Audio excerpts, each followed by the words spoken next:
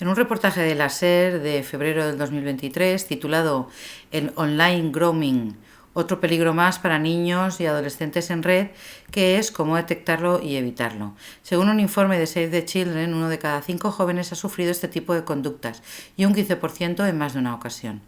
Cada vez es más frecuente que en espacios como redes sociales se comience a hablar de algunos términos, generalmente escritos en inglés, que remiten a comportamientos o nuevos peligros incrementados por el creciente uso de las nuevas tecnologías y en algunos casos con un público objetivo claro, los más jóvenes.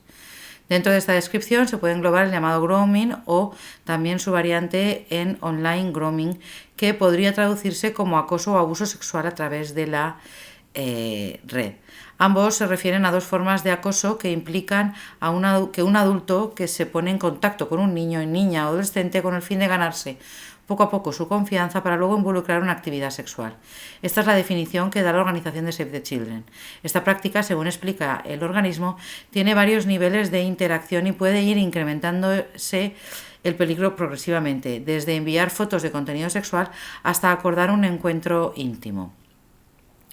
Lo que más preocupa es el vínculo de confianza que el acosador fragua para ganarse a la víctima y que así consienta en sus peticiones, consiguiendo que incluso se aleje de su círculo más próximo o red de apoyo para que no cuente lo que está sucediendo. En la variante online de acoso es el mismo. La única diferencia es que se hace todo a través de una pantalla. También puede conseguir material sensible y llegar a dominar a la víctima. A veces puede que se haga pasar por un menor para lograr más cercanía. Antes de la pandemia, Save the Children publicó el informe de violencia viral, que incluía una encuesta realizada a casi 400 jóvenes de entre 18 y 20 años de diferentes puntos de la geografía española. Les preguntaba si durante su infancia o adolescencia habían sido víctimas o se habían visto afectados por este tipo de acoso. De estos testimonios se extrajo que la modalidad online de grooming es muy habitual. 1 de cada 5 lo ha sufrido, el 15% es en más de una ocasión.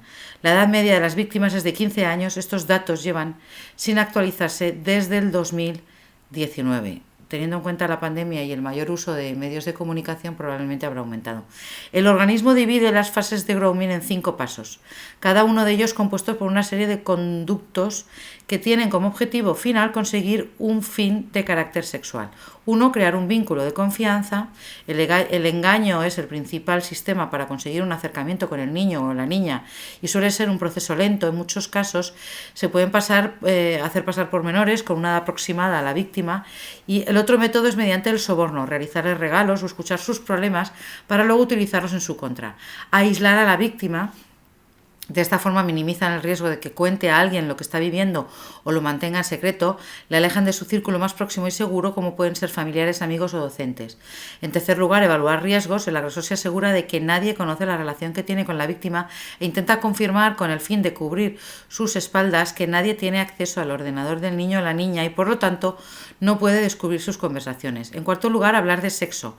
Es el primer paso para conseguir su último fin, el del encuentro sexual. Una vez lograda la confianza, acerca a la víctima a la terminología sexual para que se familiarice con ella y lo normalice.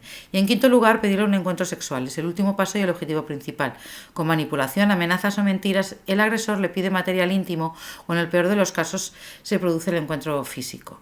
Los métodos para evitarlo, se comenta que al igual que ocurre con otros delitos, sobre todo los que tengan que ver con las redes sociales e internet, la prevención es clave. Y esta se empieza por la educación. Por ejemplo, en los colegios e institutos, con charlas informativas y espacios seguros en los que se pueda abordar el tema. Formación que no solo debe ceñirse a explicar este tipo de delito, sino también debe empezarse por una educación afectivo-sexual para que sepan de sexualidad y también los peligros en la red.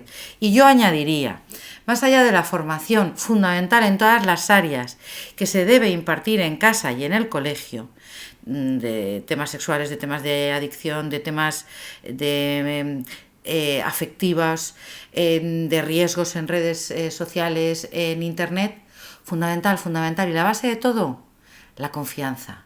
Que mi hijo llega a casa y me cuenta, fíjate, acabo de contactar con esta persona y me ha dicho esto.